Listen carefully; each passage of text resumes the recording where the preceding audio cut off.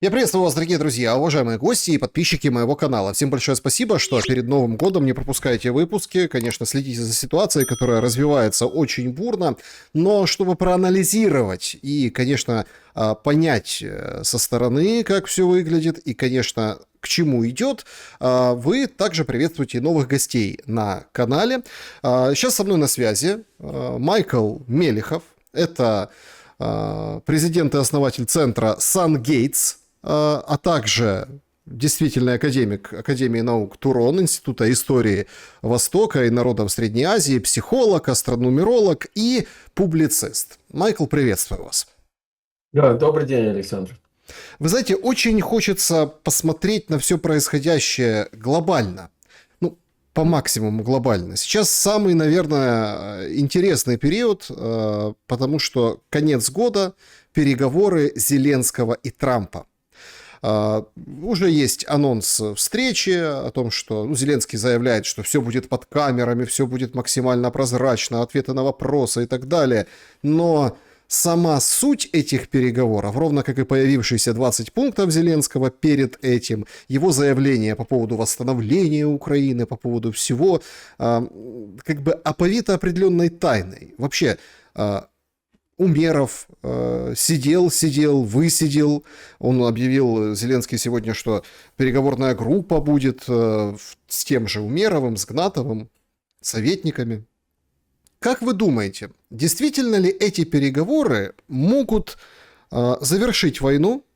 И вот если так мы посмотрим, заявления это, конечно, громкие и с России, и с Америки о том, что мы никогда еще не были так близки к тому, чтобы война завершилась. Насколько они подтвердятся? Ну, во-первых, я рад приветствовать, Александр, ваших подписчиков. Очень приятно все-таки быть. Я знаю, слежу за вашим каналом и за вами, так сказать, интервью. По поводу того, что будет встреча. Ну, как я слыхал, Зеленский объявил буквально, что чуть ли не завтра он уже должен быть, 28 числа, сегодня 27 число, должен быть в Мар-а-Лаго. Это резиденция Трампа. Я буквально позавчера вернулся из Майами, пригорода Майами. Скажем, если бы я захотел приехать туда к Трампу, ну, где-то полчаса это меня заняло бы.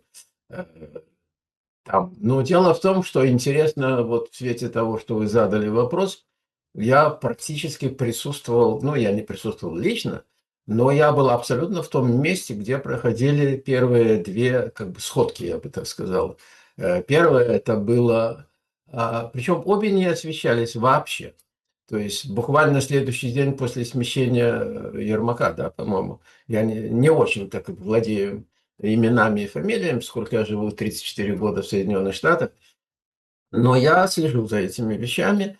И интересно, что есть такое местечко, буквально полчаса мне пешком идти, ну, может, 45 минут идти, пешком от того места, где я был, в пригороде, до того места, где встречались две делегации, причем на высшем уровне. Украинскую делегацию возглавлял Умеров, а со стороны Соединенных Штатов были государственный секретарь был, и был один удивительный человек, темная лошадка, как, так сказать, некоторые об этом говорили. Это был зять Джеред Кушнер, зять президента Дональда Трампа.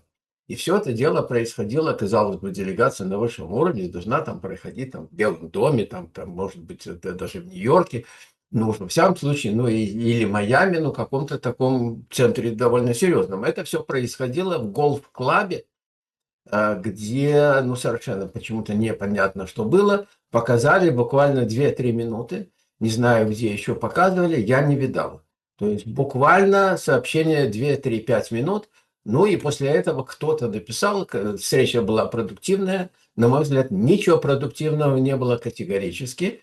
Ни в первой встрече, ни во второй. Было сказано о том, что unknown hotel, то есть неизвестный отель, но уже в самом, правда, Майами было. Вторая встреча, на которой мы опять же, ну, это Кирилл Дмитриев там был, Стив Битков, и опять тот же самый Джеред Кушнер. И вот тут интересный момент, потому что сама фигура Джереда Кушнера, я об этом делал парочку программ, где рассказывал про Кушнера не как про зятя. То есть зять он формально как бы является зять. Но там была целая система как бы знакомства. Иванки Трамп, дочки Трампа и с Кушнером, которая только... Ну, короче говоря, это была целая система, как бы, ну, продуманная система дальнейшей стратегии, которая происходит. Вот. Я не буду вдаваться далеко, поскольку у нас время, так сказать, ограничено. Буду стараться говорить быстро, а вы меня, значит, так сказать, возвращаете туда, к тем вопросам, которые вы хотели бы задать. Но если говорить о войне и встрече Зеленского, в данном случае в резиденции Мар-а-Лаго, это, по-моему, третья встреча. И первая встреча была совершенно одиозная встреча, откуда его, как бы, ну, так во всяком случае говорили, выгнали с позором типа такого. Хотя я бы сказал так, я смотрел ну, то, что показали. Но дело в том, что там опять же не показали ничего. Показали какие-то там, ну, высказывания, где полное неуважение было там со стороны Зеленского, имеется в виду. Высшим там же был то президент Трамп, и Джей Ди Венс был вице-президент. Ну и вот все вот это вот дело было как бы не показано гораздо большего. То есть там был обед, там были многие совсем другие переговоры. Потом он был, по-моему, в октябре месяце, да? Ну, в общем, недавно относительно был, где тоже ничего не было особенного. Но, на мой взгляд, и сейчас ничего особенного не будет. Я могу объяснить, почему. Во-первых, я в качестве астрономеролога, об этом мы с вами поговорим потом, да, чуть позже, кто такой Зеленский и в какой стадии он находится сегодня. И как президент, и как политический лидер, и вообще, ну, как бы лидер государства. Причем я совершенно нейтрально. Я еще раз повторяю, я стою на ниве образования, поэтому мне абсолютно все равно, я ни за красных, и ни за белых, как говорится. Да? Но встреча не носит Зеленского, вот 20, казалось бы, должна была быть в 26-м, но, судя по всему, она может быть даже в конце этого года. Это показательно, потому что 25-й год завершающий год, и как астрономеролог могу сказать, что это девятка, это последний год 9-летнего цикла.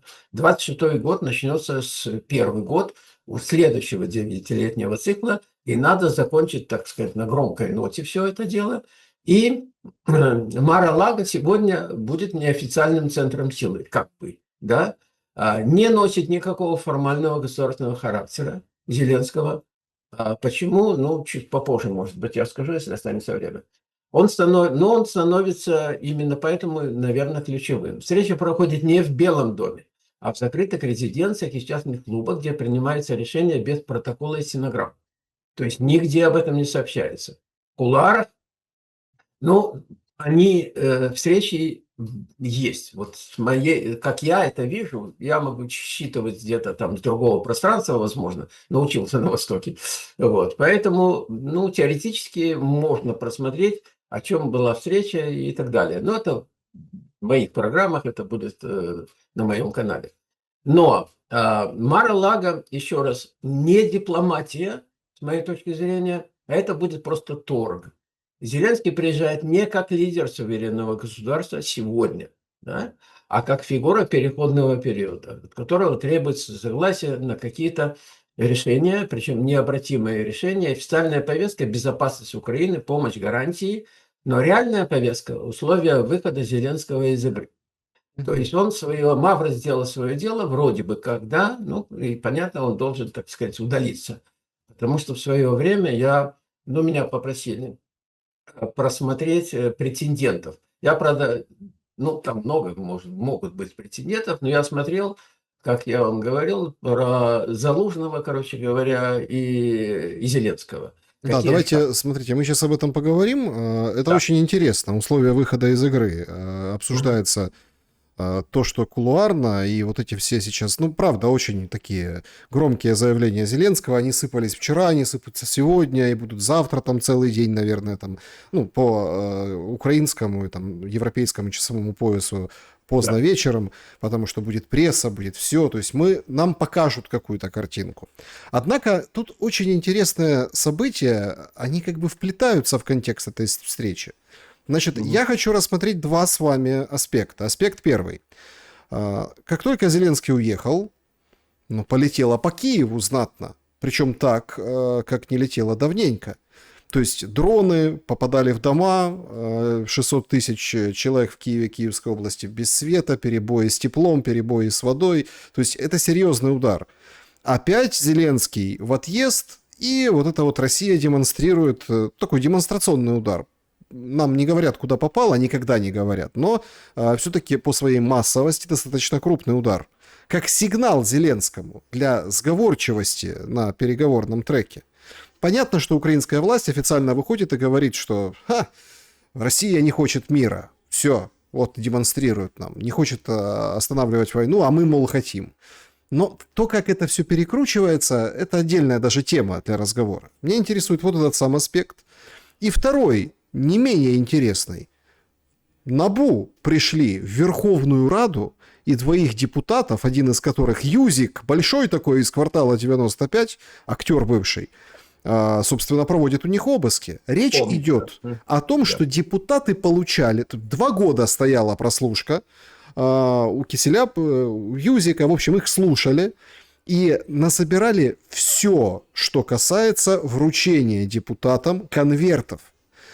С точки зрения переговоров и вот этого масштаба, казалось бы, ну депутаты, ну чего-то там, но это принципиально важный момент, потому что одно дело омрачить и мрачную ситуацию в Украине с точки зрения света, энергетики, страданий людей, ну имеется в виду общества, можно как-то выторговать на этих торгах в Мар-а-Лаго для себя, да, Зеленскому. Но когда у тебя твой лучший друг, уже второй, Миндича вот недавно тоже поймали в Израиле. А это второй лучший друг. Он замешан и подозревается конкретно в коррупции, то тут как-то на переговорах с Трампом, ну, в общем-то, не очень уютно будет себя чувствовать. Как вы думаете, насколько тема коррупции и тема вот этого ужаса, который переживает украинский народ, будет отыграна на вот этом сходняке, на вот этой сходке Зеленского и Трампа завтра? Ну, вот именно об этом я хотел тоже рассказать, как я это понимаю. Дело в том, что в неофициальных протоколах есть официальные, есть неофициальные. Протоколы фигурируют пункты, которые не могут быть вынесены в публичное пространство. Вот вы сейчас упомянули некоторые личные, во-первых, личная неприкосновенность Зеленского. Речь идет не о гарантиях Украине, а о гарантии конкретного человека и его ближайшему окружению. То есть вот эти 2 человека, которые там действительно друзья, да, и обсуждается иммунитет от преследования по линии коррупции, незаконного использования западной помощи и операций с офшорами и фондами. Это действительно есть, и это действительно будет обсуждаться. Поэтому на самом деле внешне для публики, для страны, наверное, да, для людей, это вот эта форма, так сказать, решения урегулирования мирного процесса, который совсем, еще раз, это внешняя сторона, это публичные протоколы, но скрытые протоколы, неформальные, они как раз таки других. То есть США располагает вообще-то огромным количеством финансовых и цифровых данных, которые могут быть активированы в любой момент. То есть один из скрытых пунктов – это заморозка или уничтожение части материалов в обмен на полную политическую лояльность. Политическая тишина, да, после ухода, и наверняка он вообще умный мужик, вообще надо сказать. Я же анализирую его. Вот у меня есть на экране, я не знаю, если потом будет время, я покажу. Зеленский, вы имеете в виду Зеленского?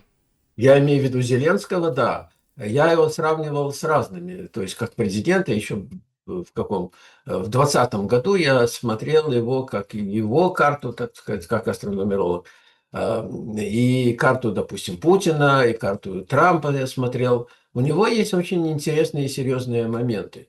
Еще раз, если останется время, я потом на экране покажу. У нас есть такая функция, что показывает экрана, да. Но дело в том, что происходит? Нарушение любого вот этих вышеперечисленных пунктов так автоматически активирует очень серьезный сценарий. Коррупция как рычаг, а не преступление. Смотрите, коррупция Зеленского, его окружение в 26 году, если говорить об этом, да, ну, формально я, допустим, вообще не знаю. Но, естественно, я читаю там информацию, я вижу там какие-то вещи, а это не является тайной ни для Соединенных Штатов и ни для Евросоюза, вообще-то говоря. Но она не используется как повод для суда.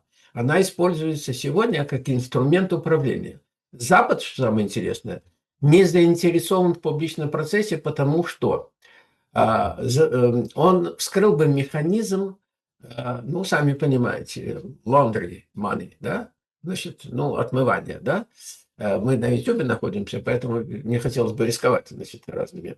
Дальше. Поставил под удар американские и европейские структуры. Ну, сами помните, да, бывший президент Джо Байден и его сынок Хантер, который, ну, много там было всяких рассказов, об этом тоже нет пока смысла говорить, но коррупция становится как бы не приговором, но каким-то поводом.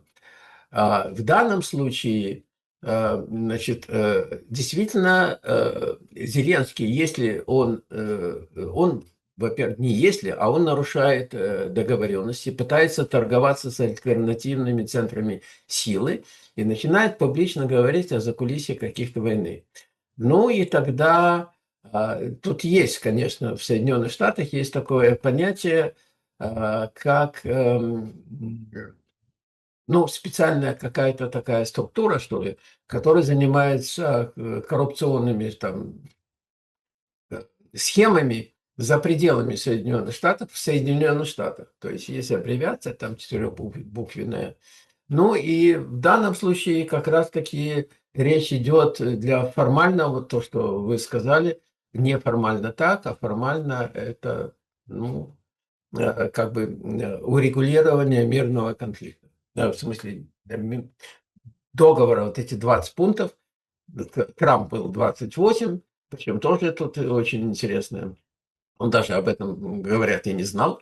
Вот, 28 пунктов, Зеленский, значит, там все это дело просмотрел и выдвинул 20 пунктов. Не то, это детский сад. Я об этом говорил еще с февраля месяца, с Анкориджа, где встречались Путин там с Трампом. Все не об этом. Это нам рассказывают какие-то сказки и показывают какие-то пьесы. Хорошо, а что такое тогда дух Анкориджа, Майкл? Ну вот смотрите, сейчас мы видим что. Вы правильно как бы расставляете акценты. Зеленский везет 20 пунктов. Ну, те, которые он с Европой вместе, они там говорят, и комментируют активно, публичит все. Хотя есть информация, что американская сторона говорит, не публичьте. Ну, не надо, давайте вот как бы все хорошо идет хорошо. И, собственно, не будем. Зеленский делает этот шаг, он опубличивает, показывает 20. Россия отвечает устами Рябкова, там дальше еще комментаторы говорят, ну, ребята, ну, это вообще как бы не пункт, это не пункты Трампа. Печально и прискорбно, если это согласовано с американцами, получается, Америка отступает от духа Анкориджа. И, соответственно, может быть вообще никакой договоренности. Ничего там, я прошу прощения, А что это такое дух Анкориджа? А там вообще не было никаких, как бы, ну, формально это было, так сказать, встреча, но обсуждались абсолютно другие вопросы, вообще другие вопросы. Речь шла об Антарктиде, речь шла о Гренландии, речь шла о чем угодно, только ни о каких мирных соглашениях. Нам показали, опять же, там 15 минут, может быть, эту встречу, как там Путин, так сказать, бодренько бежал навстречу Трампа, потом показали нам бомбардировщика, он аж пригнулся, понимаете. Трамп с удивлением посмотрел на небо, запустили какие-то там эти самые, там какие-то страшные бомбардировщики, вдруг ни с того ни с сего, прямо в момент, значит, рукопожатия, понимаете. Вот. Обсуждались там другие вещи, если я буду об этом говорить, то это будет очень долго. Я сделал не одну программу, несколько программ было, что действительно и конкретно было. То же самое, что было, допустим, на двух встречах, ну, этих совсем близких встречах с Умеровым, допустим, да. Первая встреча Холландейл в гольф-клабе, где главным действующим лицом, он слова не произнес, Джаред Кушнер, который сидел рядом. А он там и был главным действующим лицом. У нас есть такая ясновидящая в центре Сангейтс, все-таки это университет познания личности, онлайн-университет, и там вот я стою на ниве образования. И еще раз, я не политик и не хочу им быть. Отношение журналистики прямое и непосредственное. Точно так же я беру сам интервью у кого-то. Но в данном случае здесь вообще речь шла абсолютно не об этом. То же самое, как и речь будет идти, если они встретятся. Я думаю, что встретятся они в Мар-а-Лаго, потому что все уже давно рассчитано. И в данном случае речь идет, то есть, если говорить про Украину, 26 год, речь идет как политика как инструмент удержания войны и власти. То есть выбор и способ закончить войны или растянуть ее, но если мы говорим о выборах. С самого начала, и вообще, если изначально, то хоть один человек, вот покажите мне хоть одного человека, который не на пальцах будет объяснять, а зачем была война и для чего была война. У меня абсолютно другой подход в этом плане, потому что я не рассуждаю с точки зрения почему. Я все-таки на Востоке, воспитан на Востоке, пытаясь соединить философию Востока с философией Запада, где я делаю аналогию с битвой, которая была уже на 5000 лет назад, битва на поле Курукшетра, где встречались два братских, точно такие же братских народа. Полнейшая аналогия, и для чего это было, и почему это было. Хорошо, так Поэтому а зачем война? зачем война? Мы проходим, но это долго, я постараюсь очень коротко. Дело в том, что мы находимся в промежутке, который датируется формально 2163 годом, ну чисто астрономически, где мы переходим в эру, формально переходим двумя ногами в эру Водолея. Дело в том, что сменилась полностью парадигма, скажем, перехода от эпохи рыб в эпоху Водолея, и это 2000, почти 100 лет. И та самая Кали-юга, в которой мы находимся сейчас, то есть эпоха полнейшего загнивания, полнейшего невежества, эпоха войн и всего, мы находимся в переходном периоде. И вот этот переходный период знаменуется различными войнами, в данном случае, к сожалению, где гибнут люди. Для меня это самое главное.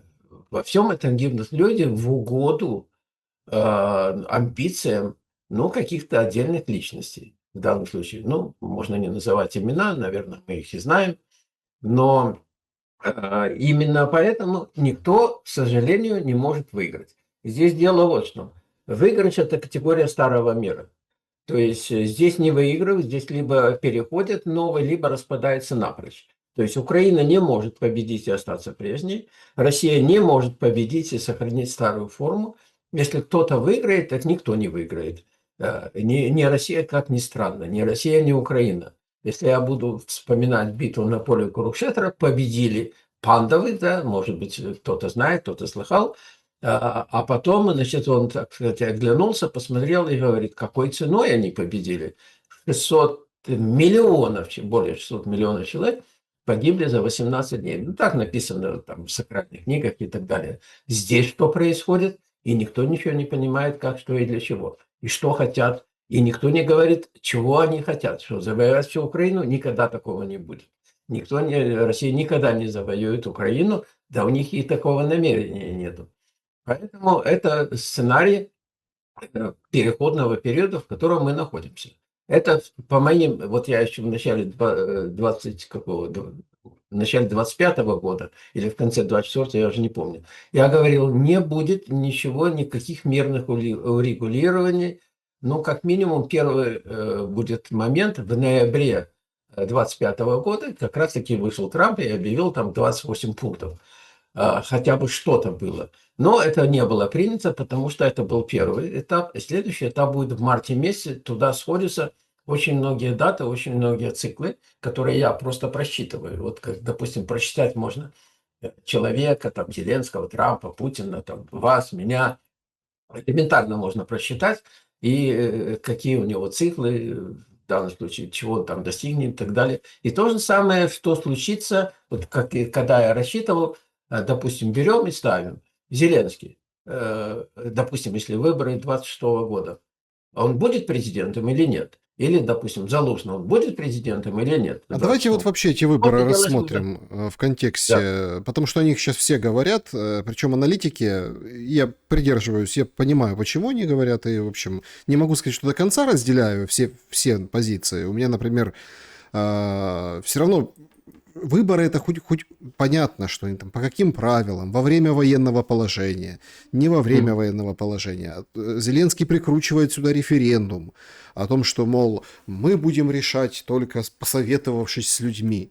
Значит, в БУС ТЦК тянут за руки, за ноги, избивают и запихивают на войну, не советуются с людьми, ну, не советуются с этим человеком. А тут этого человека, которого пхнут и отправляют воевать куда-нибудь за героическое взятие посадка, тут решили у него спросить, выходить из Донбасса, что там по ЗАЭС, какие территории отдавать. Короче, это все выглядит как какое-то шарлатанство. Однако, мнение сейчас два. Зеленский пойдет на эти бутафорские выборы во время военного положения или не пойдет? Вы очень классно сформулировали, что сейчас в Мар-а-Лаго решается судьба выхода Зеленского из войны. Следовательно, запустится с выборами сценарий, когда он оставит после себя преемника, ну, того, который гарантирует, что, в общем, Зеленского никто в Украине, и это окружение, его банду, его 5-6 менеджеров, Ермака и так далее, Миндичей, которые смылись, что их никто не будет трогать. Получается, что у нас будет спецоперация на выборах преемника, а вообще выборы будут в 2026 году, и какой план у Зеленского на них? Ну, смотрите, во-первых, значит, кто вместо Зеленского и кто могут быть допустимыми или недопустимыми, допустим, фигурами. То есть решается, самое интересное, решается это не в Украине. Я рассказывал в своих программах, я смотрел дебаты Порошенко, допустим, с Зеленским я смотрел. Ну, мне было как-то смешно, поскольку я воспитан еще с 92 года, я смотрел все дебаты всех президентов, тогда был Клинтон, собирался быть потом, ну, потом все остальные. Так вот, не в Украине решается. То есть три условные группы фигур. Ну, имеется в виду для Запада, к примеру, да, будем так считать. То есть кто допустимые для Запада? Ну, во-первых, технократы без харизмы. Ну, скорее всего, конечно, это решается в Соединенных Штатах. Да? Дальше. Управляемые администраторы, люди, которые не имеют собственной политической базы и не связаны напрямую с Майданом и войной как символы. Так? И задача не побеждать, а задача управлять распадом и стабилизацией. Все преследуют свои цели. Цели, кстати, совсем не Украина. Украина это как на заклание так послали. Вот, или какой-то, разменная карта, что ли, в их понимании. Вот, к сожалению, опять же, для людей. То есть задача не побеждать, а управлять. Итак, это допустимые для Запада, недопустимые для Запада фигуры с яркой националистической повесткой. Поэтому, возможно, те, которые были, я смотрел вашу программу с Арестовичем, допустим, где он говорил, это безнадежно мне там баллотироваться, хотя как фигура могла бы быть, да. Но они решаются все равно не там. Это может быть так, люди думают, что это решаются они, там, или выборы. Я же помню, сколько процентов по кодам, это все было четко по кодам. Сколько набрал процентов, допустим, Зеленский на выборах, да, там 73 процент, насколько я делал эти программы, я это все рассчитывал. Итак, кандидаты либо будут заблокированы, либо дискредитированы. Политики, которые способны консолидировать сообщество без внешнего контроля. И существует третья группа, это группа теневая. Лица, которые формально не идут в политику, но готовы быть выдвинутыми в последний момент как компромисс. Но я помню, как это все происходило в Соединенных Штатах, и как появлялись вдруг ниоткуда. Я помню, что вдруг ни с того ни с сего, я об этом буквально вчера рассказывал в своей программе, когда демократы в Соединенных Штатах сделали в Чикаго, поскольку это как бы база Чикаго, вот я как раз проживаю в городе Чикаго, и были все же самые даты, когда была ГКЧП, наверное, помните, да, в Советском Союзе, вот, абсолютно все же даты, полностью все совпадение, но не получилось. Здесь не получилось почему? Ну, как мы знаем, да, наверное. Короче говоря, эта группа, теневая группа, рассматривается как основной резерв. А дальше вы упомянули референдум. Зачем нужен референдум? Он Не, абсолютно подождите, не давайте, один. давайте остановимся по поводу теневой группы. Это очень интересно, кто это может быть. Ну так, хотя бы навскидку. То есть это какие-то бандиты, это какие-то отошедшие уже давно от политики люди, ну там эксы какие-то, которые как бы не отсвечивали, не выходили на первый. Олигархи те же.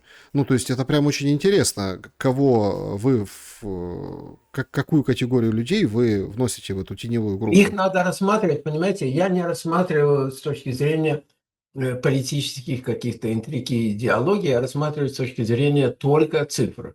Потому что цифры мне абсолютно 100% показывают, я этим занимаюсь уже очень много лет, они мне абсолютно точно показывают, годится или не годится. То, что преступники, это все понятие относительное. Но это не те, которые сидели в тюрьме, хотя там некоторые и сидят, да, в том числе там олигархи некоторые, да.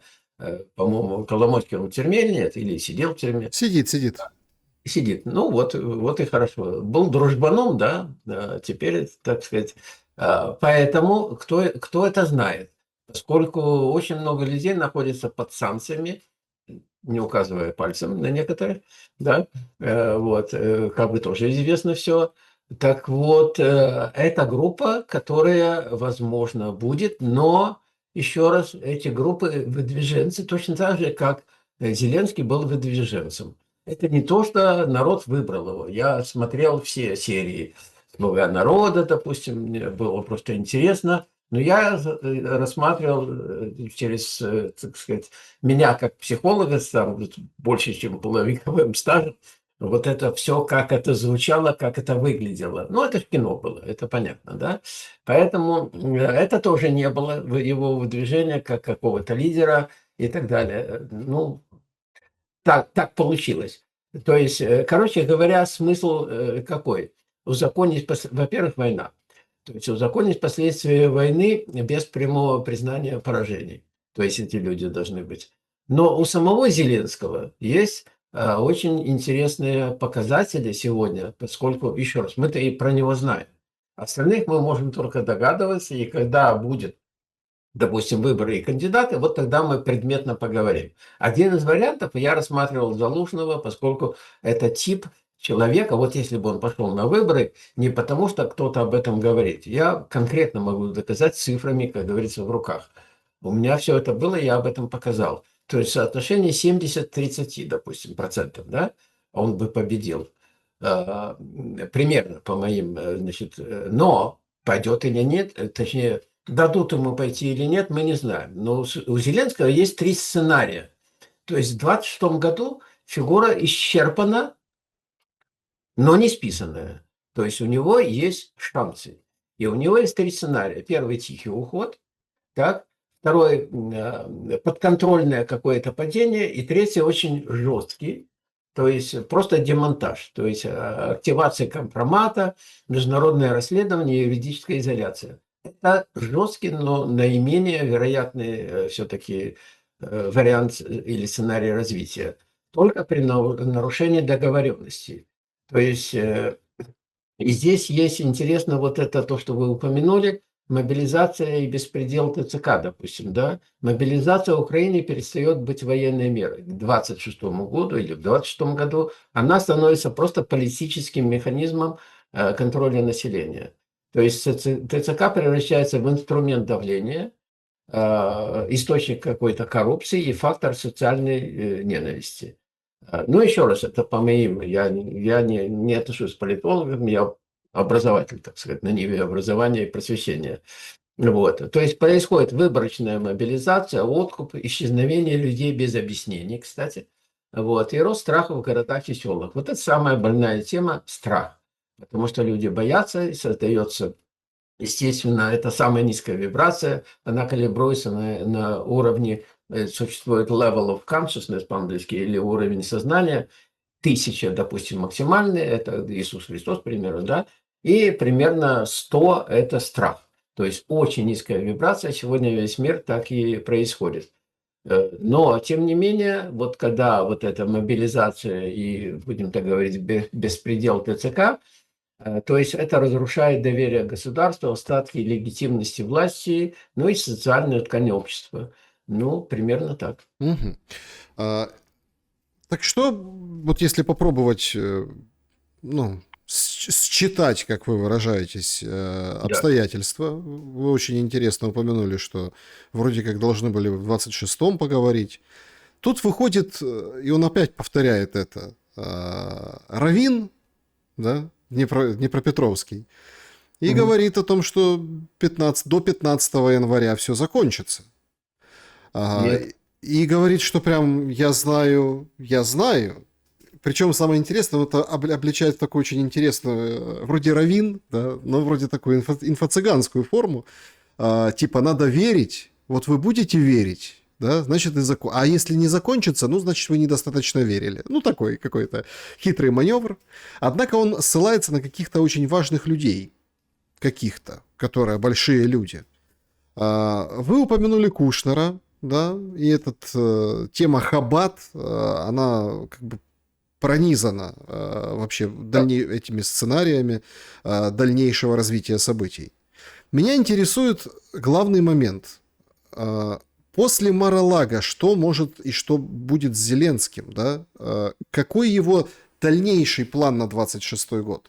Вы упомянули мобилизацию, но я не думаю, что вы настолько погружены в украинские заявления и политиков, и всех остальных, но Зеленский, Вообще никак. ну Я так, только цифрами в руках. ну так понимаете, Зеленский же сам говорит, мы или откажемся, когда подпишем мирное соглашение от мобилизации, или сделаем частичную мобилизацию. То есть это фактор как раз-таки управления. Это его инструмент контроля общества. Всех загнали в реестры, всех загнали в телефоны, в цифровые вот эти приложения. То есть это подтверждается. И в 26-м году мы понимаем, что будет. И все против выборов во время военного положения, потому что по одному ТЦКшнику у каждого участка, да, ну и кто на них пойдет? Да? Ну понятно. И как будет голосовать под таким давлением? То есть это не силовиков давление, не дуло автоматов. Это типа вот такой инструмент у Зеленского.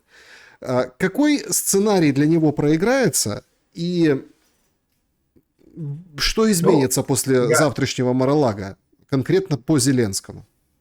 Тут все зависит, согласится ли Зеленский на требования Трампа, причем они будут на сей раз уже очень жесткие. Об этом, конечно, ничего не скажет, но вы очень хорошо сказали, потому что я сам хотел об этом сказать, допустим, мобилизация. Это всего лишь инструмент страха.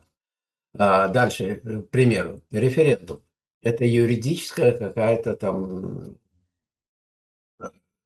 штора какая-то, маска, допустим, да. Выборы – это какая-то там дымовая завеса, где ничего не видно и непонятно. Допустим, вот как Сталин, допустим. Его фотографии как бы очень и очень мало было, потому что он все время курил трубку. Трубка – это не потому, что он курил трубку, он просто был скрыт все время за облаками дыма вот этим, да. И там была одна фотография, есть всего лишь одна фотография осталась в наши дни, где он смотрит в зеркало, и в зеркале видны его, ну, он из Нижнего мира пришел, я об этом много раз говорил, поэтому там видны истинные его, так сказать, намерения. Вот. Что касается Зеленского, то 26-й год у Зеленского, ну, можно сказать, все-таки, наверное, не ухода. Если сравнивать 26-й или 27-й год, то скорее 27-й год. Потому что существует такое персональное число года, где Зеленский с его датой рождения, 25 января, он попадает как раз-таки в определенные периоды времени. И без сомнения это годы ухода, но это разбежка все-таки может быть 26-й, 27-й и, возможно, даже начало 28-го года.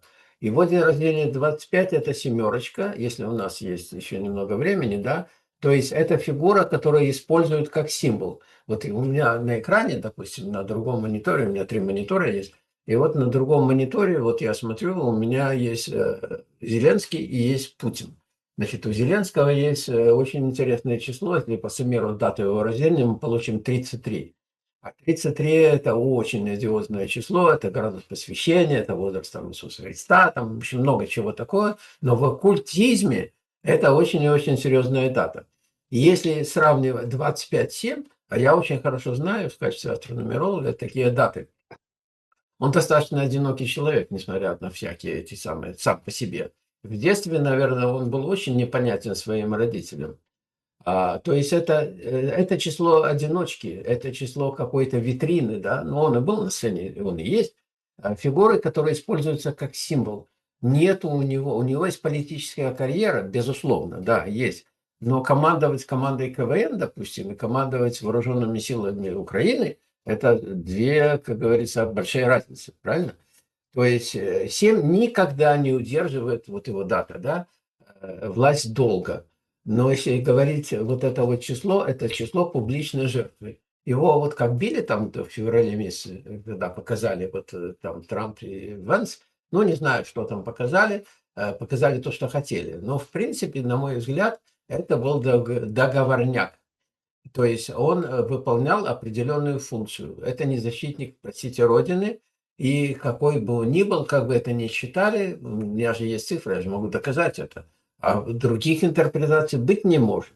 То есть личный год Зеленского, допустим, 24-й, 25-й, допустим, 26-й, ключевой год. Это год выхода из роли. То есть для людей власти это утрата функций, это изоляция, это мы без тебя справимся без всяких проблем. Незаменимых людей нету, и это всегда было.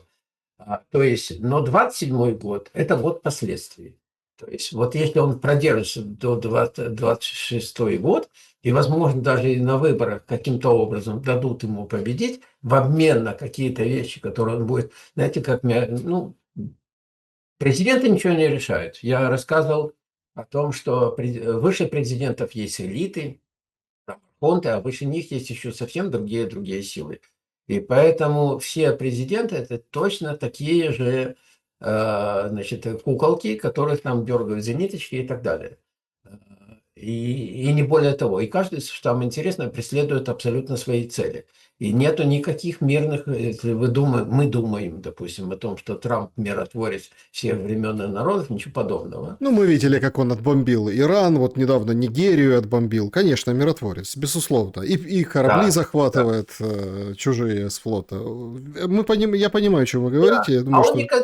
он никогда не был. Я помню, я смотрел программу его, когда Опра его приглашала, ну, молодые еще, ну, это где-то там, я не помню, 70-е, наверное, 80-е, точнее, годы, наверное, он еще молодой там.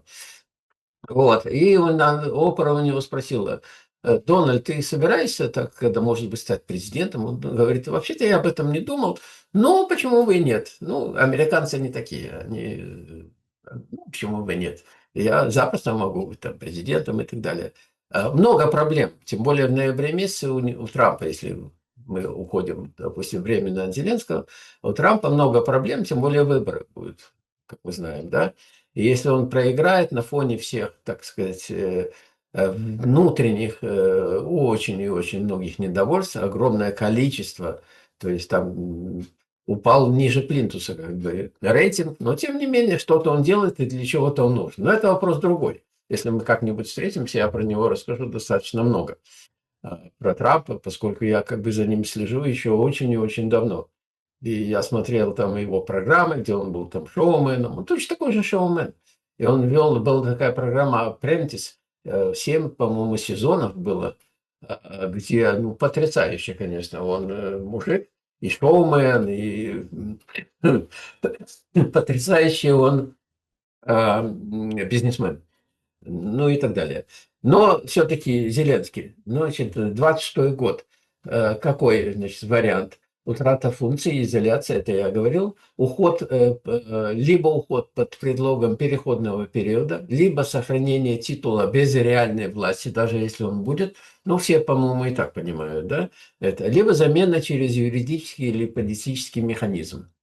Вот. А 27-й год, ну, тут уже будет решаться, где он будет, на каких условиях, чьи гарантии реально могут работать. Выборы для него вообще-то очень опасны. То есть он пришел, и это не было.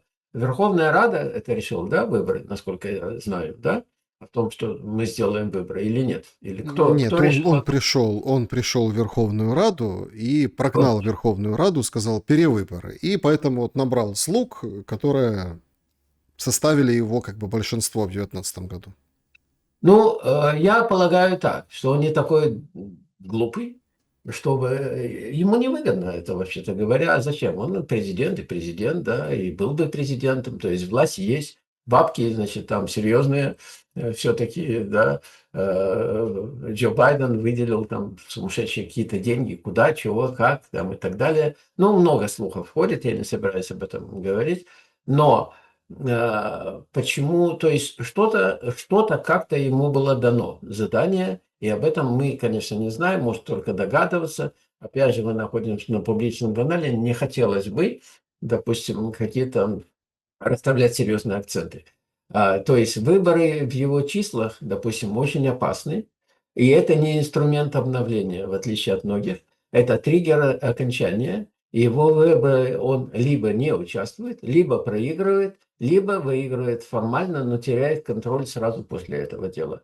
То есть завершение фазы не продолжение, не идет, нету, шансов нету. То есть на выборах пролетает. Вот наша ясновидящая в центре Сан-Кейтс, она сказала, пролетает как фанера над Макроном. Понимаете?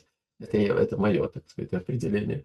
Вот. То есть не видно его как... Ну, все бывает, может быть, там большие братья вступятся, там, я не знаю. Вот. Но по поводу референдума мы так и не говорили, но там тоже ничего такого.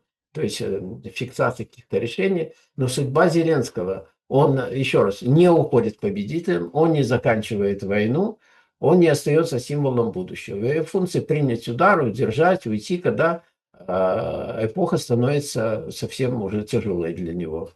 Вот. Ну, я могу, конечно, базовые все цифры и числа рассказать, но, наверное, все-таки у нас еще есть, по-моему, вопросы по прогнозам, да? Да, я бы хотел, чтобы мы какие-то от вас прогнозы получили на 26-й год. Они касаются и Украины, и, конечно, мирового расклада.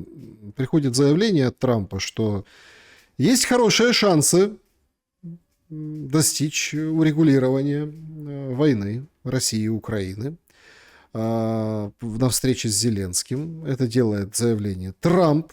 Он делает это заявление, собственно, в Нью-Йорк Пост интервью. Ну и многие уже как бы так готовятся, что будет повторение овального кабинета непосредственно, да, когда, ну, вот такую вот сыграют очередную историю, потому что, ну, Зеленский везет красные линии, понимаете? То есть он же сегодня тоже дает как бы интервью, комментарии, и, в общем, я везу красные линии. А к Трампу нельзя ехать с красными линиями. И это понимают все. К Трампу надо ехать с решениями, конкретными решениями. Если по 26 году вы отметаете предсказание Равина, отбрасываете его, но... 15 января? Да. Через 2 недели. Через 3 недели. Ну, 2-3 недели. Что, война закончится? Не верите Равину? Я не то, что я не верю Равину. Ну, Равины может все, что угодно говорить, но дело в том, что ну, прямое и непосредственное отношение Зеленский имеет к нации, понятно, да? Но дело в том, что все было бы хорошо, если бы это была единственная страна в мире под названием там Украина, и никто вокруг не был бы. Может быть, так оно и было бы. Но дело в том, что тогда я буду сейчас рассказывать про Кушнера, который является каббалистом и Трамп, который занимался, значит, кабалой, Эрдони или там кто-то там был другой, я уже не помнил. Ну, разные там варианты были. И была абсолютно четко срежиссирована система наследственности. Иванка Трамп, ну, во-первых, это все, значит, дочка Иваны Трамп, да, это все, значит, там европейские корни оттуда идут. Но сам, интересно, Джеред Кушнер, он сам, по-моему, из Беларуси, с Новогрудка, да? Вот. Но он играет очень и очень большую роль. И здесь, как ни странно, все связано с Ближним Востоком. Потому что если входить туда, а мы об этом вообще не говорим, типа Трамп урегулировал все, как всегда, он все урегулировал, понимаете. Вот. Нифига он не урегулировал, этот затишье перед бурей, но пока должна сыграть вот эта вот карта Россия-Украина, и это все должно закончиться. То есть первый цикл какой-то будет, по моим расчетам, это март месяц 2026 года. Еще раз я уже говорил, и там приходят новые, ну, допустим, я когда просматриваю фигуры там, или выборы, они приходят к марту месяцу.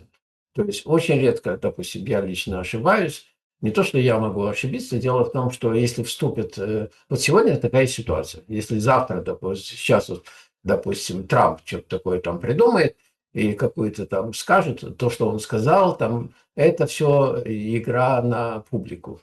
Еще раз, все по-другому, потому что еще там стоят вопросы про Украину, хотят там отрезать от моря.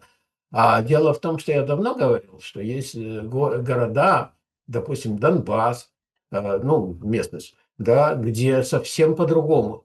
То есть он ничего, к сожалению, Киев сегодня не контролирует. Я имею в виду офисы президента, приказы.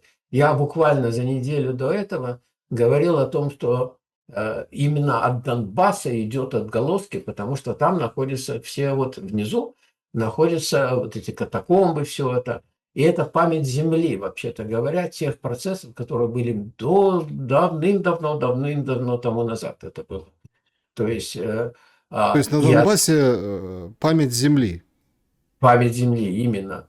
То есть там оттуда идут, это, люди это архетипы, они несут определенные какие-то тенденции энергетические, скажем, Трамп, скажем, Путин, два архетипа. Вот если я смотрю Путин, допустим, у него в его системе, в его, допустим, карте астрономерологической есть число 88. Но это 88 и Трампа число. А что такое 88? Это можно, конечно, разные трактовки, но огромное количество вот этих вот кодов. 88 – это HH в гематрии, допустим. Вот если я сравниваю, я не знаю, чем оперирует Раввин, значит, какой это, Днепропетровский, да, вы сказали? Да-да. Да? Я не знаю, чем он мотивирует и как он это знает. Это уже не те раввины, которые когда-то были. Сегодня на Земле таких раввинов, вообще-то, которые мудрых, их не было. Потому что все закончилось, по-моему, в XVI веке, когда был такой, ну, это другая программа. И благодаря вот этому масонскому обществу XVI века, которое было создано там одним тоже раввином, да, скажем, да, ну, организовали Соединенные Штаты Америки, можно сказать. Они вот эти вот, которые приехали там, значит, из Великобритании, там вот это все. Было все по-другому, но это тема других программ. Но сейчас очень актуальный момент, вот Украина и море. То есть я к чему? Вот Одесса, это было, значит, Киев, архаичные какие-то совершенно хаотические решения, которые были приняты, смещение, допустим, э, кого? Главу офиса, да, э, Зеленского, да? Кто там, Ну который... да, после скандала, после обысков Не, он не уволился. Митича, а этого Ермака. Ермака, да. Да. Вот. И на следующий день, вот за день до поездки, поэтому Умеров возглавил эту делегацию, да. Но сейчас речь идет об Одессе, да, которая является портом и выходом, значит, к морю. Ну, с Крымом и так давно уже понятно. То есть И сейчас идет речь о том, что хотят типа отрезать. Но это вряд ли. То есть никто не отрежет. Локальные какие-то вещи, да, будет. Но море все-таки это географически. Но стратегически это может как бы исчезнуть. И тогда компромиссный формат. Россия может получить безопасность, Запад может, так сказать, сохранить свое лицо, Украина символ, но не инструмент. И сегодня Зеленский, кстати, превратился не в субъекта, которым он был, а в объект. То есть объект – это которым управляет, а субъект, который управляет. Вот это Нет, большая разница. погодите, то есть в 26-м году отрежут Украину от моря или нет? Нет. То есть Украина сохранит формальный выход к морю, но, возможно, потеряет полноценную морскую субъективность какую-то, возможно, да. То есть порты будут работать под внешним контролем, но, возможно, страхование, логистика, там суда, они могут быть не украинские, ну и военная активность, в которой может быть жестко ограничена. Но море, еще раз, ну, возможно, еще раз говоря, но де-факто, де-юра сохраняют М, оно, а де-факто, может, и нет. Вот. Поэтому, с моей точки зрения, нет. Слишком это а, серьезная вещь, чтобы отрезать вообще Майкл, Украину есть, от да, моря. есть такой еще момент, вы так обмолвились о Кушнере, Да. что он каббалист. А как вот вы думаете, там же при обысках у Ермака нашли куклы Вуду, типа Зеленский, какие-то для ритуалов, для обрядов. Что вы думаете? Вот помните, был же очень такой период, ну, там 22-23 год, и все активно э, обсуждали о том, как там Путин пьет кровь оленя, там Шойгу его возят к шаманам. А тут мы вроде как на фоне абсолютно понятного схематоза, ну как, он не абсолютно понятен, схемы, вы правы, если их опубличить, эти схемы, и раскрыть на весь мир, пострадают много людей, которые на них сидят в разных странах, поэтому это все видите как кулуарно.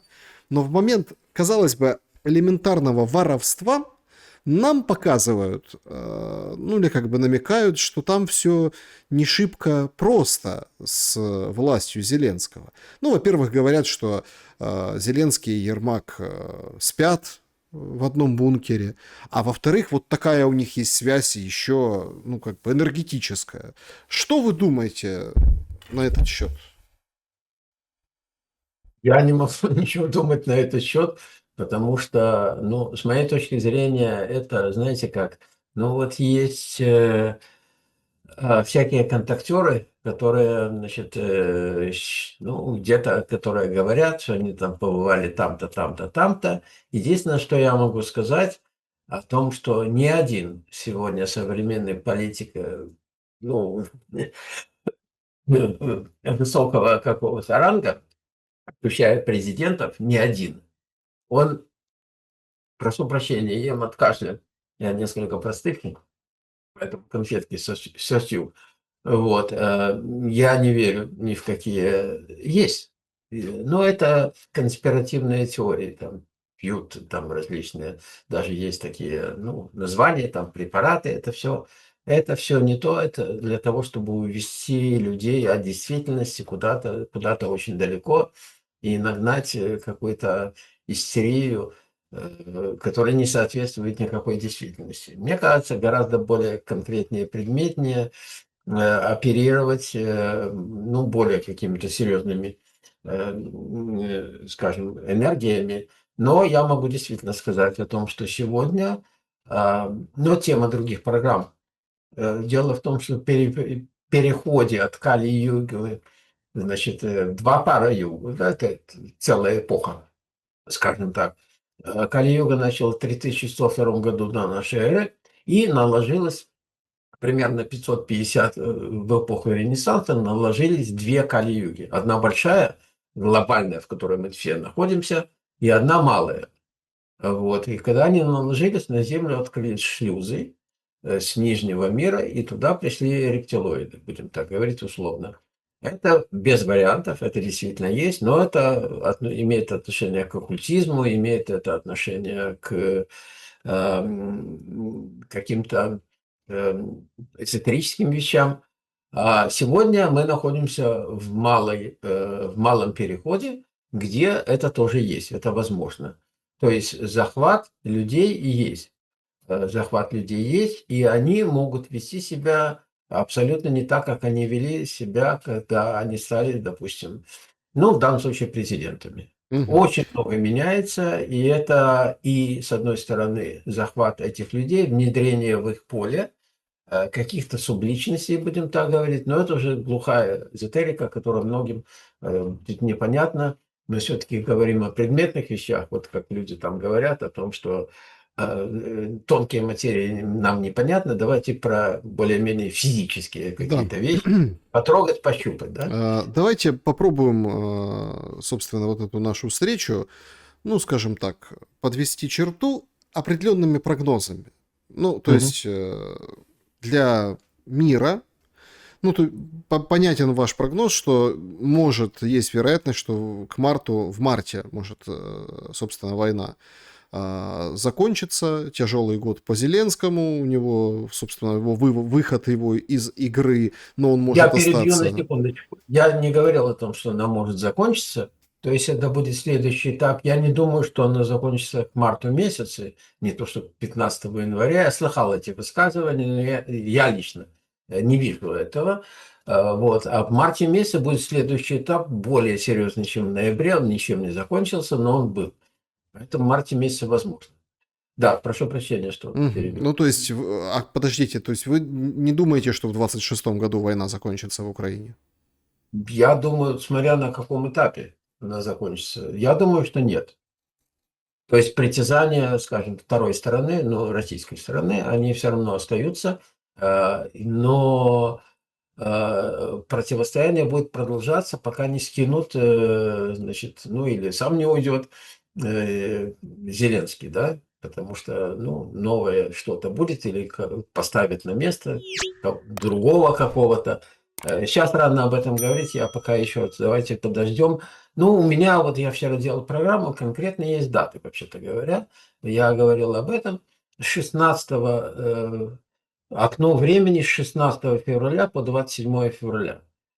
Какое-то очень серьезное окно времени, где будут, это не окончание войны, наоборот, усугубление серьезных каких-то, ну, не знаю, повышения цен, допустим, э, э, падение каких-то там рынков финансовых. Тоже все деньги, понимаете, рулят. Ну, я не помню сегодня, сейчас вот я не помню, но я вчера делал программу именно по поводу конкретных дат на 26 год. Но окончания войны я не вижу. Оно будет Мгм. все лучше и лучше, но не в марте. Смотрите, в 26-м году имеет ли вероятность война расшириться? Мгм. Зеленский намекал на Беларусь, о том, что они помогают вот там наводить дроны на Киев.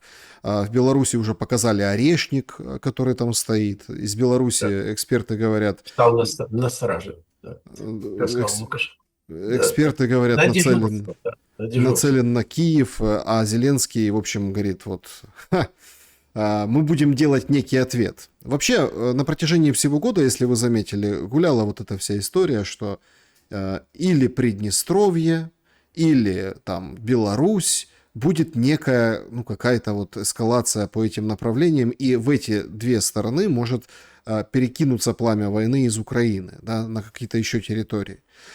Есть ли вероятность этого в 26-м году?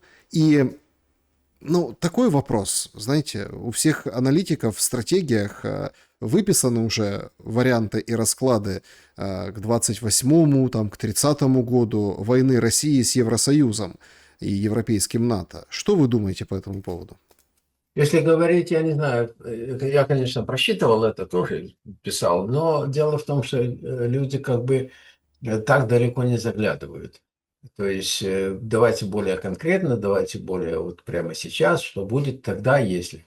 Но это все очень непредсказуемо, поскольку все-таки новый день, новая, так сказать, пища, да. Но если говорить про 26 год, допустим, Евросоюз, да, развала Евросоюза в 26 году не должно быть, но Евросоюз перестает быть единым политическим субъектом. Здесь очень серьезные вещи, поскольку здесь имеет отношение Еврион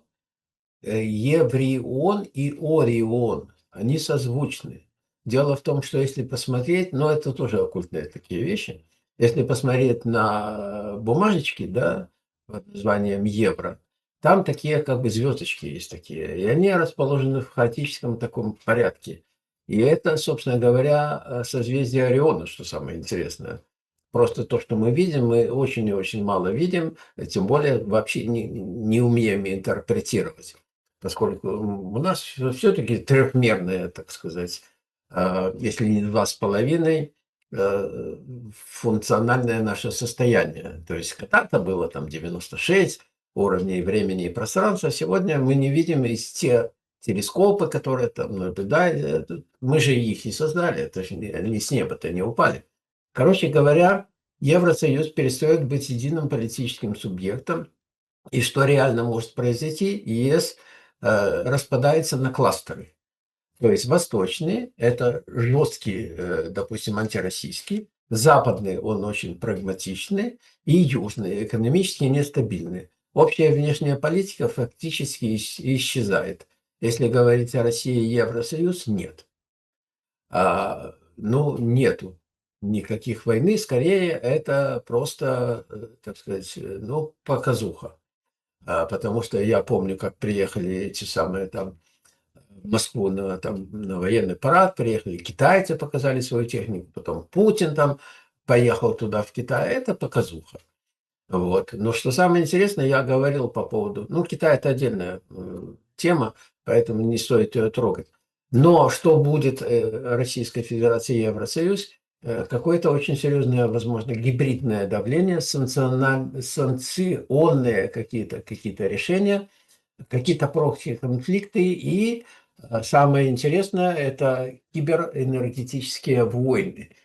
Тем более, значит, мы входим в эпоху цифровую, уже вошли в нее, но будет все это увеличиваться, усиливаться. Прямая война Российской Федерации и Евросоюза, если бы была, то есть разрушит весь Евросоюз, и поэтому не допущено системно. Не может такого быть еще, во-первых, и не время, и тем более, что мы идем в этом переходном периоде, он относительно заканчивается. Потому что мы идем в эпоху благоденствия, которая, правда, наступит еще не скоро, через 300 примерно 40 лет, двумя ногами, но будет очень. И войны закончатся. Я рассчитывал, вообще-то говоря, Ну, то нас, есть, нас уже не будет, мы этого не увидим. почему мы будем, мы же души. Поэтому мы инкарнируемся. Александр, вы можете быть уже не Александром, а может и Владимиром. Я уже буду не Майклом, а там, возможно, женщиной. Кто это знает? Никто этого не знает. Вот. Но, еще раз, 30, как не будет? Почему? 37-й, 38-й год. Я не говорю о 350 лет. Я говорю о том, что все должно закончиться. Я имею в виду в отношении там вот этих войны братских народов, допустим, да. На мой взгляд, 37-38 год будет полностью все закончено. Вот. Но система не допустит. То есть не по системе это. Это все пока страшилки. Хорошо. Доллар. Что произойдет с ним в 26 году? Ну, доллар – это интересная вещь, поскольку я, сколько, 30, наверное, 2 года практически, я исследую эти рынки. Когда я, значит, начал заниматься этими вопросами, русскоязычных вообще не было, поскольку это только в Соединенных Штатах, эти были фондовые рынки и так далее. И я помню, когда Трамп, как говорит сегодня выражение такое, топил за доллар, то есть он все время говорил, доллар – это там система, ну, понятно, да, Федеральная резервная система, ФРС, вот это вот, да, FOMC митинги всякие, которые происходят. Но доллар не рухнет, да. На мой взгляд, я прогнозировал и до сих пор прогнозирую, конечно, он будет еще и дальше падать, да, но он сам по себе не рухнет. В какой-то момент, буквально в 20, в каком году, он начал говорить, короче, в первый, быть на свой первый раз президентом, он начал впервые упоминать о биткоине. Вот, то есть, ну, биткоин тоже отдельная тема, я делал не одну программу такую. Это будет привязано CBDC, как называется, и USDT, да, Tether и USDC, да, то есть как цифровые доллары, да.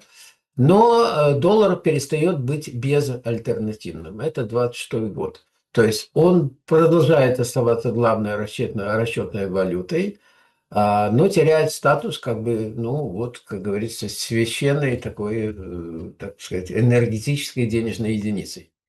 Вот. Все больше двусторонних расчетов мимо доллара, рост региональных валютных зон должны быть, и США сохраняет силу, но теряет моральную гегемонию.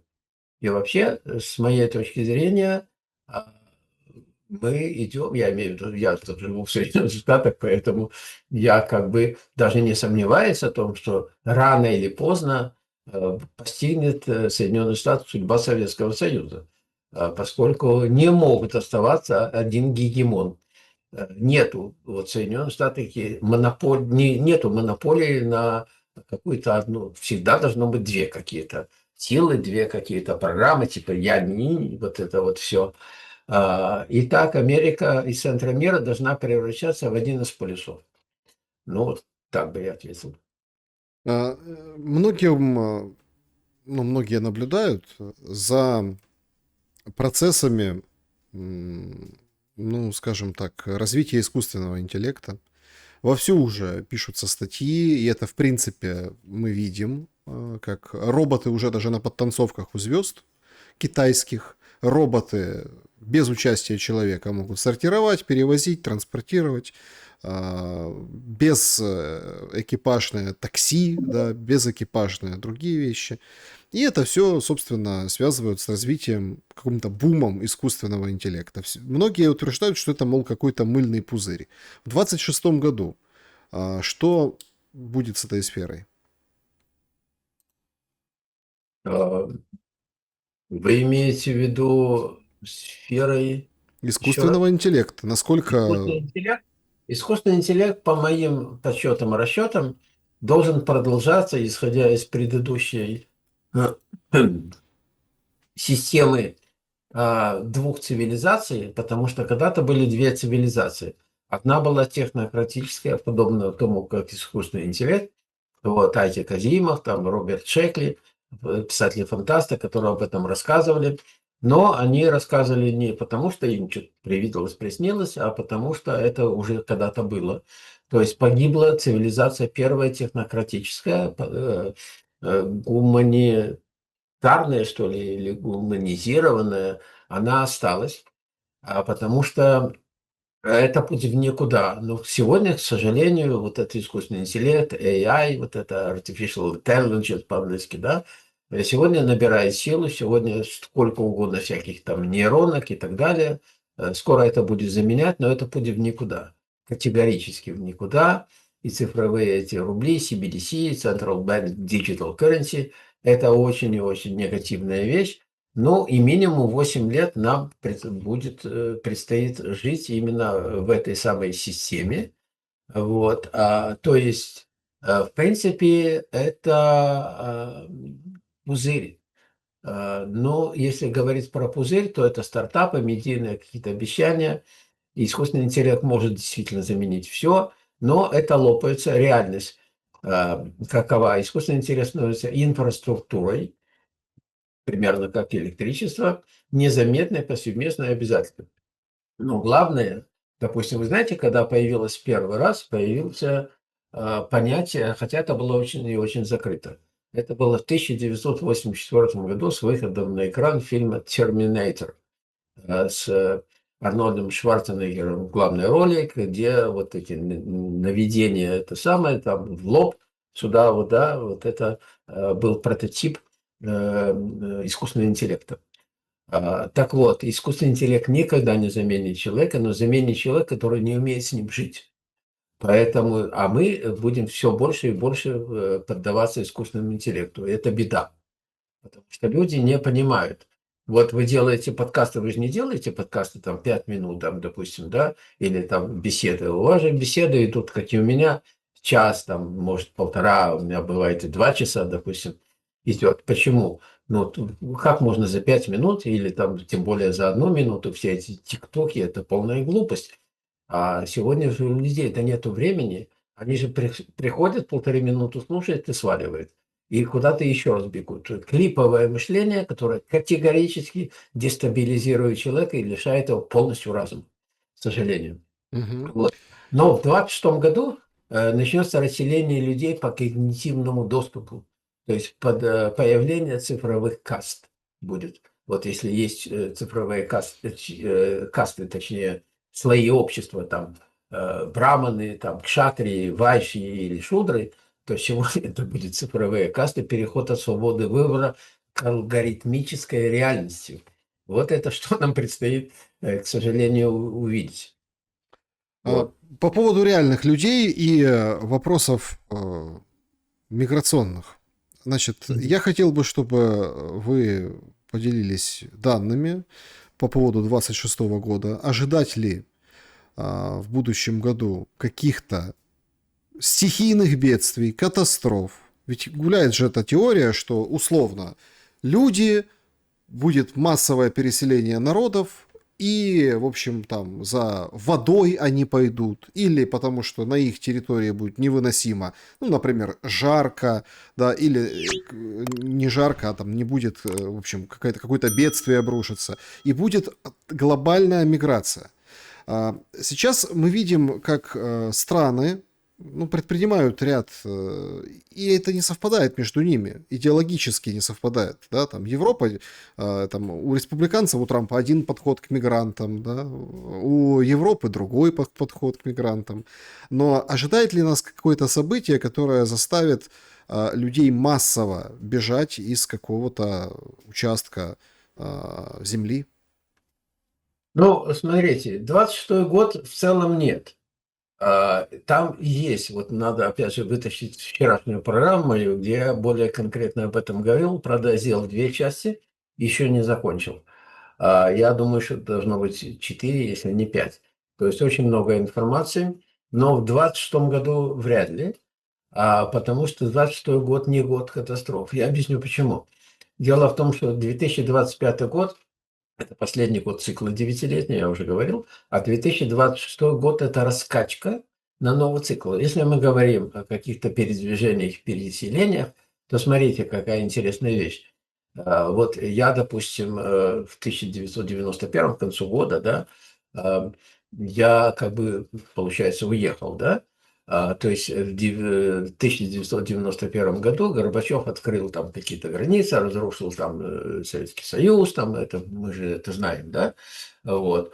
Так что это такое, допустим, если брать, ну, чисто нумерологически, это второй год, правильно? Девятки не считается. 1, 9, 9, 1. Это 2, 9, 11, это определенный код, так? Ну и плюс это второй год нового цикла.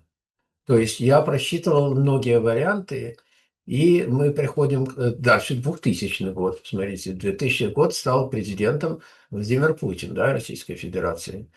Значит, второй год, то есть новости. И вот мы сейчас ждем 2027 года. Значит, 2027 год – это будет второй год девятилетнего цикла.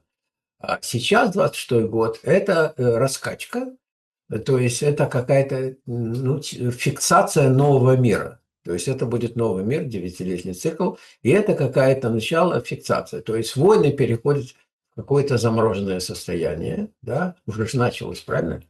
Замороженное состояние, которое в любой момент разрешится. Тут есть очень интересный момент, но это, опять же, другая тема – Ближний Восток. Потому что, на мой взгляд, не может она остановиться,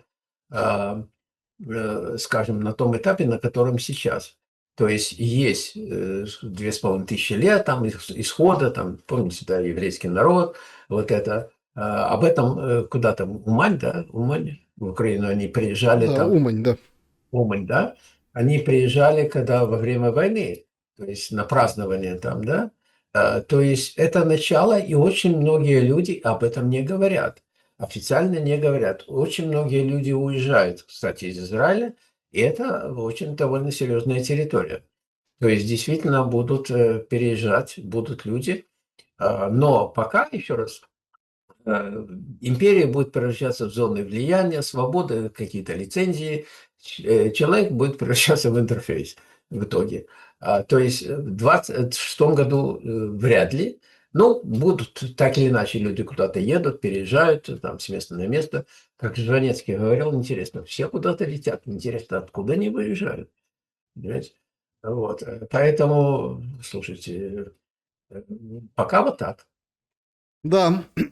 Катастрофы, кстати, катастрофы, они будут. Они, безусловно, будут, потому что происходит во время переходных периодов так называемая обскурация Земли. То есть то, что наверху поднимается, в смысле опускается в воду, то, что снизу поднимается. В частности, будут подниматься Атлантида, да, подниматься как? Размораживаться, и там будет находиться, мы увидим, самая большая в истории Земли пирамида, которая построена, находится пока подо льдами. То есть поперечник в диаметре, не в диаметре, точнее, а одна сторона – это порядка километра с лишним. Можете себе представить, пирамида километр, да, вот, сказать, вот это, этот квадратик, да, вот, это первое. Дальше, поэтому Трамп, ну, это отдельная тема просто. Поэтому Трамп хочет, значит, завоевать, допустим, во-первых, Аляска, да, поэтому они встречались, у них есть свои, там были маги. В Анкаридже встречались маги, вообще-то говоря. Это Маги? маги, да, Не это от маги. слова, не от слова мага, да, от Нет, слова магия. нет, не МАГАТЭ, да. Нет, маги, да, слово magic по-английски. То есть это почему?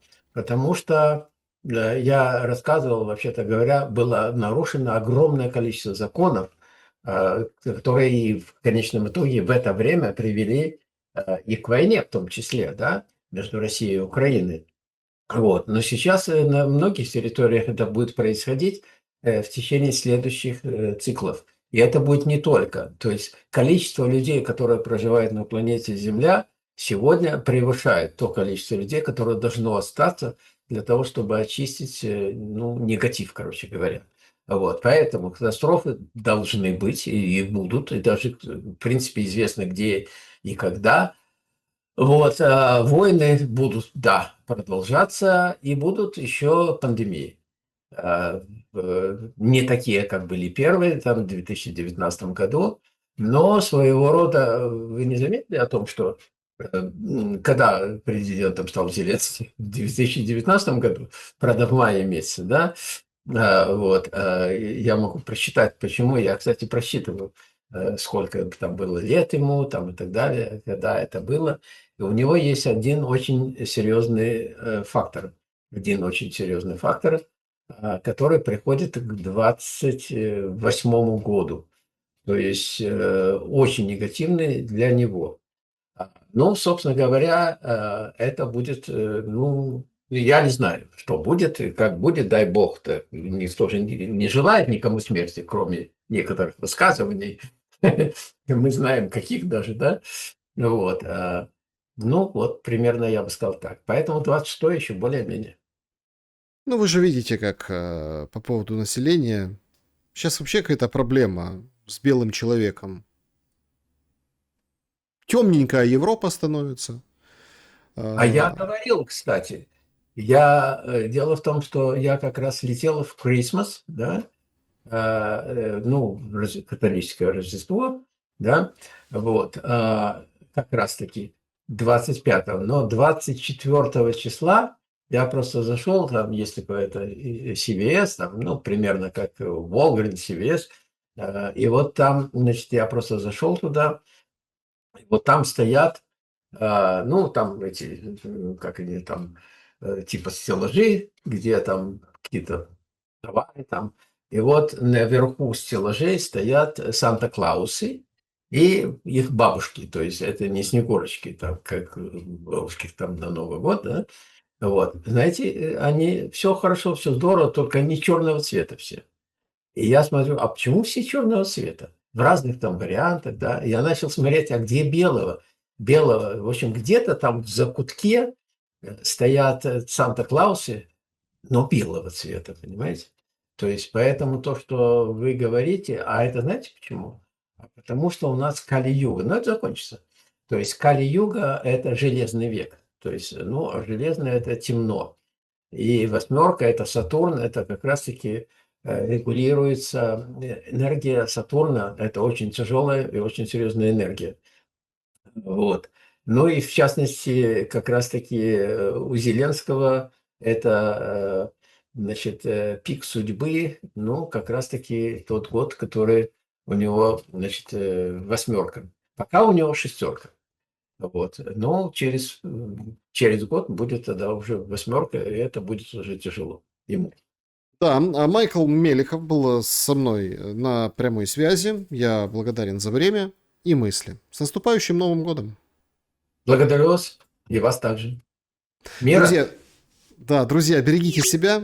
Мира хочется, конечно, пожелать в 26-м году. И мое традиционное добра и света. Увидимся. Все взаимно.